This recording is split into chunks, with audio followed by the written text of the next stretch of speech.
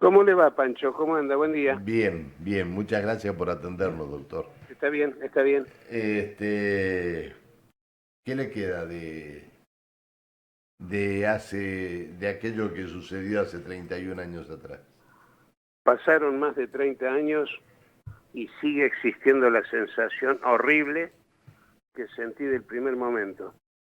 En primer lugar, por la suerte de este pobre chico. Omar Carrasco nació en Cutralcó, fue al regimiento de Zapala a cumplir con el servicio militar obligatorio y al tercer día de estar en el regimiento literalmente desapareció. 30 días después de desaparecer, él desapareció un 6 de marzo y el 6 de abril, 30 días después, los militares del regimiento, teniendo en cuenta la presión que existía para todo el mundo, ya quería saber dónde estaba este soldado desaparecido, los padres con mucha angustia, preguntando en todos lados, lo derivaban del regimiento de Zapala, el comando de la sexta brigada, etcétera, etcétera.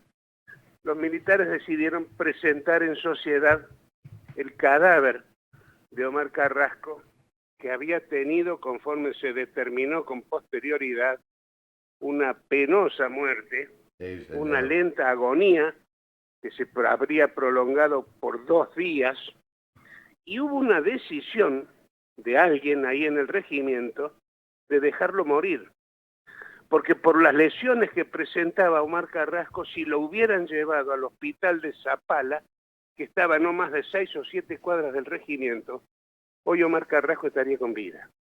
Pero lo dejaron morir posiblemente para no blanquear las heridas que le habían propinado quienes lo golpearon y le ocasionaron un derrame interno que terminó con una muerte muy penosa y con una agonía de más de 2 días, como le decía. Qué loco. Fue patético lo que hizo el ejército al presentar en sociedad, primero al matarlo, al dejarlo morir, al tomar la decisión de dejarlo morir, al tener el cadáver 30 días oculto adentro del regimiento.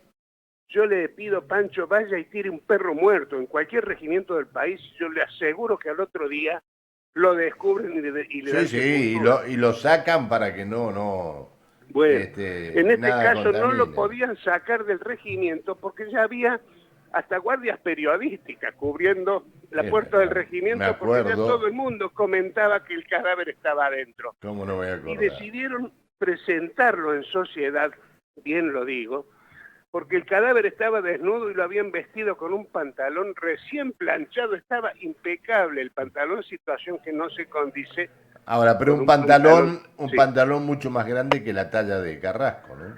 Sí, sí, sí, lo vistieron como fuera y lo presentaron en sociedad.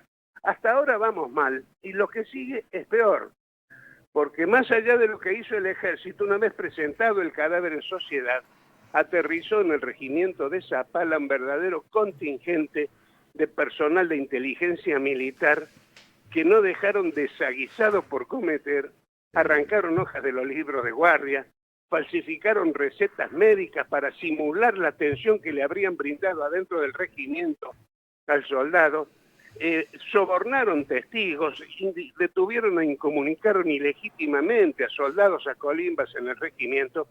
Todas esas tropelías cometidas por el personal de inteligencia militar que en ese entonces estaba a cargo del general Jorge Mina.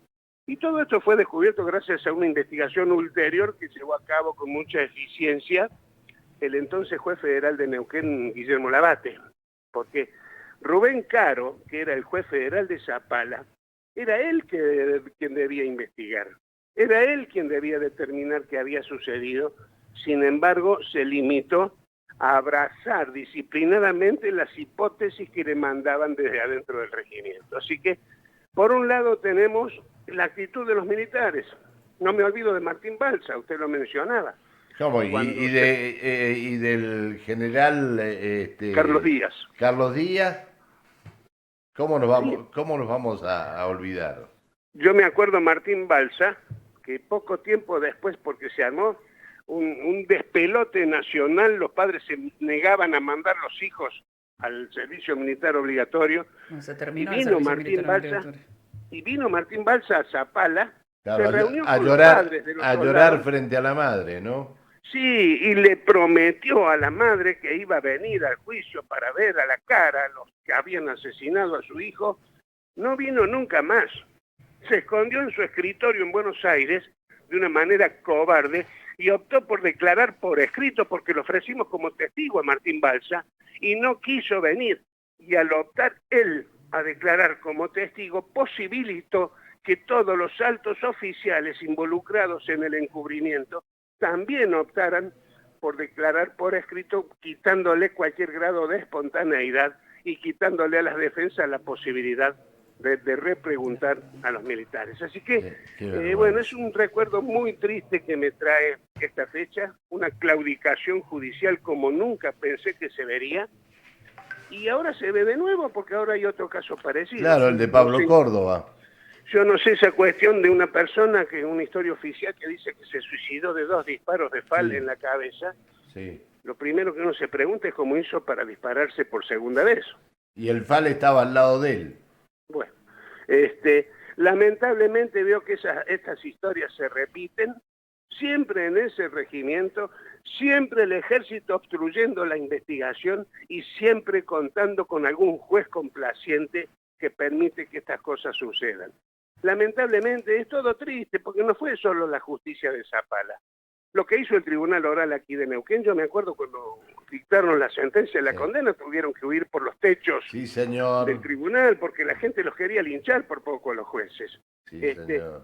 Es todo muy triste. Yo me acuerdo cuando apareció Alberto Brailovsky, que era un perito que lo había propuesto el propio fiscal Manuel de Reyes Balboa para que declarara en el juicio. Cuando los jueces vieron lo que iba a declarar Brailovsky, porque Brailovsky ponía en evidencia la larga agonía de Omar Carrasco, la atención médica, etcétera, etcétera, lo cual echaba por tierra con la historia oficial que se había urdido en ese caso. Y los jueces directamente no le permitieron declarar a Brailovsky, posiblemente para defender esa historia oficial que había urdido. Para defender los 50 o 60 personas de inteligencia que vinieron de Buenos Aires.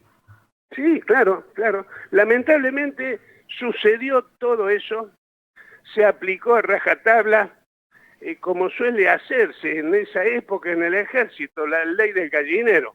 Fueron condenados los últimos eslabones de la cadena de mando, 2 colimbas, un subteniente y un sargento. El sargento fue el que sirvió para introducir la historia oficial, pero los últimos eslabones fueron condenados en una situación que no se condice con la causa de encubrimientos. Porque si los autores del crimen fueron 2 colimbas, ¿cómo se entiende que hasta el propio Martín Balsa, el jefe del comando de la 6ª Brigada aquí de Neuquén, el general Carlos Díaz, el jefe del regimiento, todos estos altos oficiales van a poner en juego su carrera, su prestigio, sus años de servicio en el ejército para proteger, para encubrir a 2 colimbas y un subteniente? ¿Quién se cree eso? Lamentablemente la causa de los encubrimientos, para estar a tono, se le prescribió al Tribunal Oral de Neuquén y fueron todos sobreseídos, con lo cual le pusieron un punto final y un moño a toda esta triste historia. Pero al que lo tuvieron a los altos fue a Correa Belisle cuando él fue el que denunció la inteligencia militar, ¿no? Pero claro que sí, el Correa Belisle y el mayor Gastaminza, yo me acuerdo porque también lo supe defender a ellos en sede penal. Se los acusaba de encubrimiento. Yo creo que más que encubrir fueron quienes descubrieron lo que había sucedido en este caso. Es un recuerdo muy amargo que queda. Es terrible, es terrible. Y terrible. Ayer cuando pasé por ahí me acordé inmediatamente del cuerpo de Pablo Córdoba tirado y el fusil al lado y dije, bueno, esto no se arregla más. Sí, y ese sacrificio de este chico de Cutralcó, de Omar Carrasco, sirvió por lo menos para desterrar el servicio militar obligatorio, para que no fueran obligados más nuestros pibes a ir a cumplir con esa norma que era obsoleta, que databa de principios del siglo XX. Era hora de derogarla. Le mando un abrazo y le agradezco que nos haya atendido.